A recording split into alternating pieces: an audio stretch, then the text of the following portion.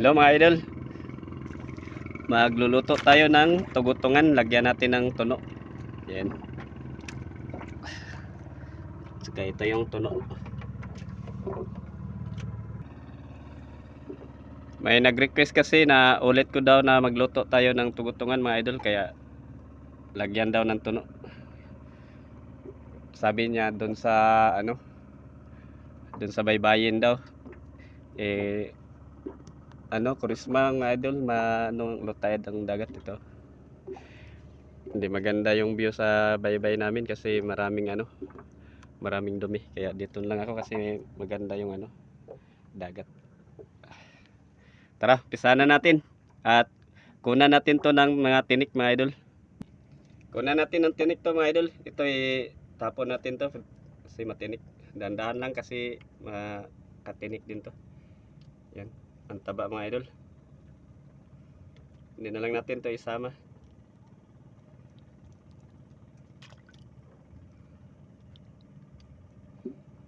Nilaga ko na to siya mga idol.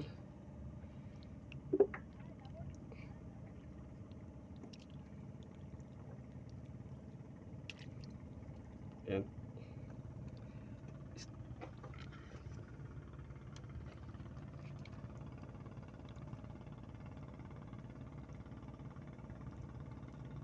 Taba mga idol, ang laki ng atay. Isa na lang mga idol. Isa na lang, ito na lang. Ito na ang lahat to.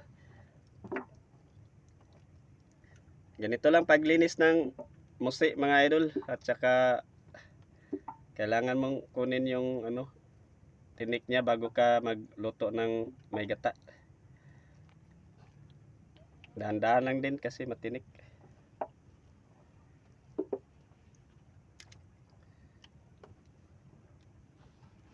Yan ang taba mga idol.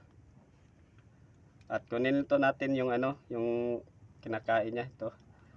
Mga buhangin yung kinakain niya.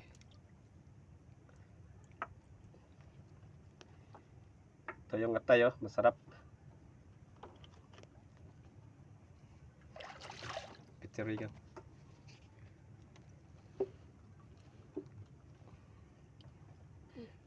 Stop. Yung At ito lang ating panakot mga idol. Ito lang. Mas maganda sana to yung may tanglad ka at saka yung tawag natin na luya, kasi maalis yung malangsa kasi to siya mga idol Ito.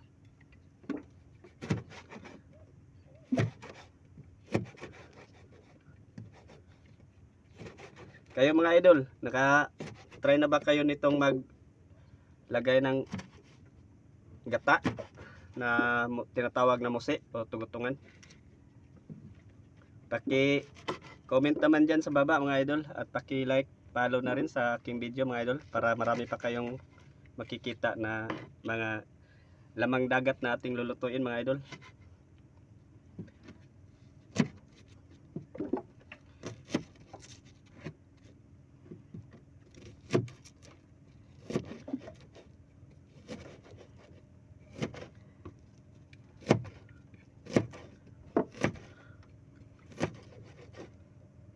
Tara, atin ang subukan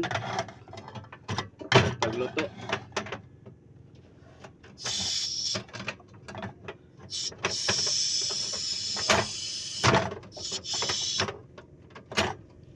Diba pa yung aking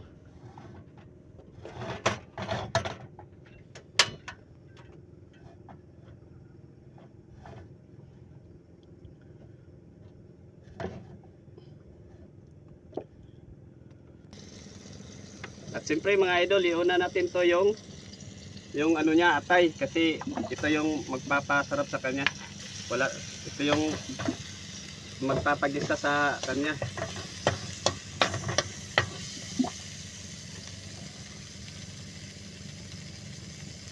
At lagyan natin konting tuno. Gata. Yan. At salin na natin yung lamas.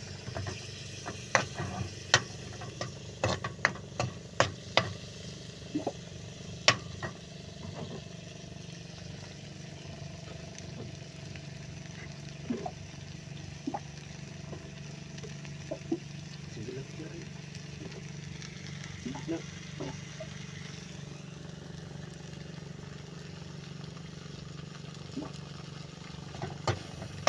Yan na. Malapot na siya mga idol. At salin na natin ito.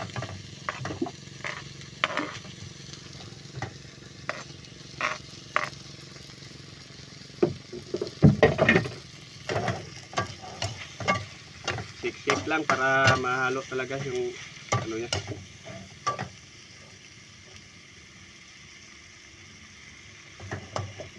Yan. At ilagay na natin ito.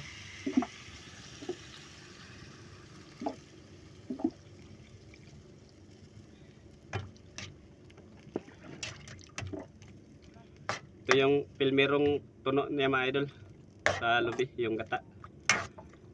May pangalawang gata pa, yung espiso talaga. Ayan.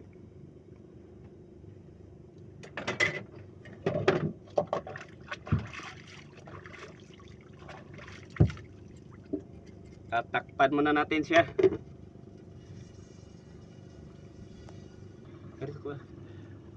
At ito na nga mga idol, kulo na siya.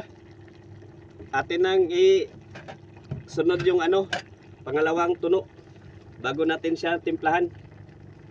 Ito yun, yung pangalawang tuno, yung espiso nya. Yan. At pagkatapos ay ating titikman, lagyan natin ng pangpalasa na ating Ajinomoto.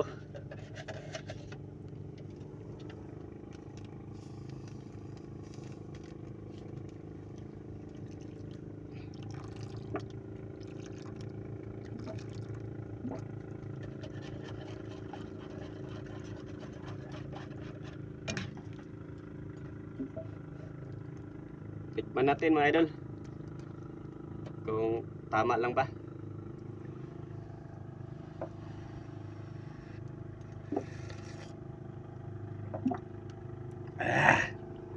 Sarap, ayos.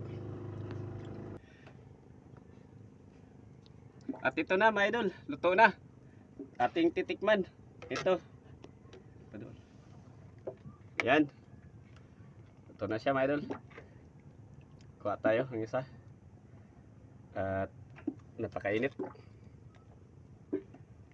At yung atay, itong atay oh.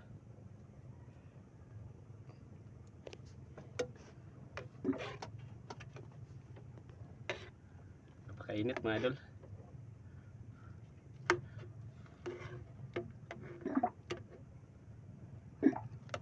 Yan. Salamat sa Panginoon at binayaan tayo ng maraming pagkain ngayon ng tugutungan. Sana'y mabusog natin at magandang pangangatawan. Tara, kain mga idol. Okay.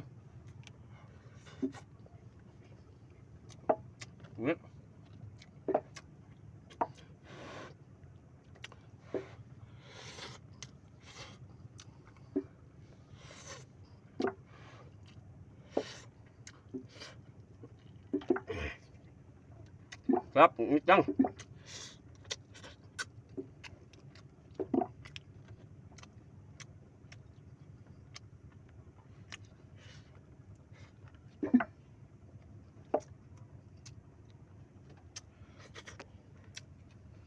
May nag-request kasi nito sa akin mga idol na maglagay daw ng tuno sa tugutungan.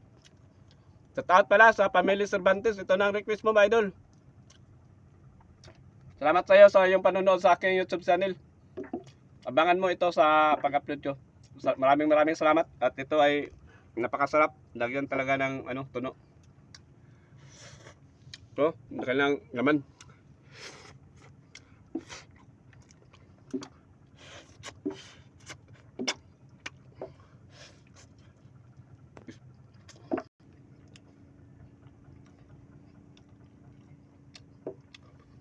Kung nasubukan nyo ito mga idol, paki-comment naman dyan sa baba at paki-like na rin, paki-share at paki-follow na rin sa aking page mga idol.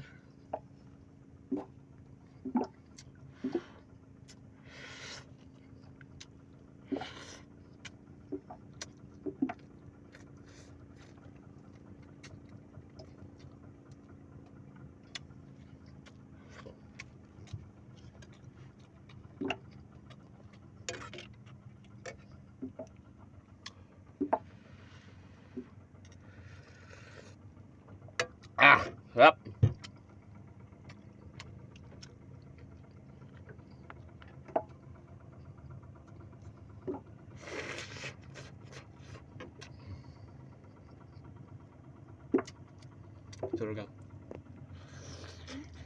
Sorry.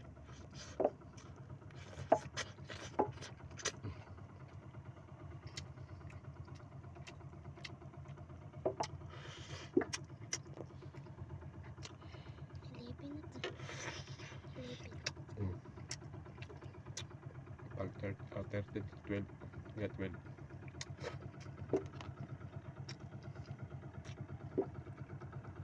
Napakasarap mga idol.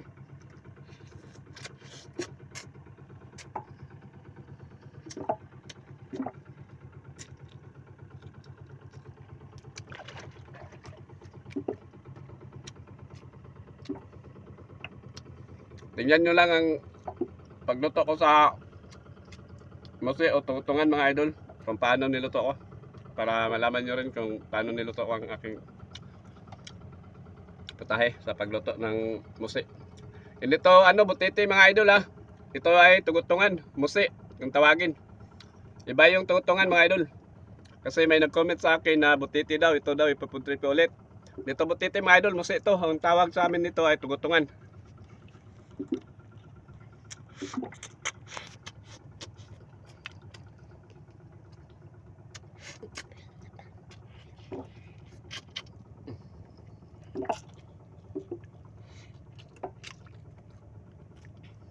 Pasok.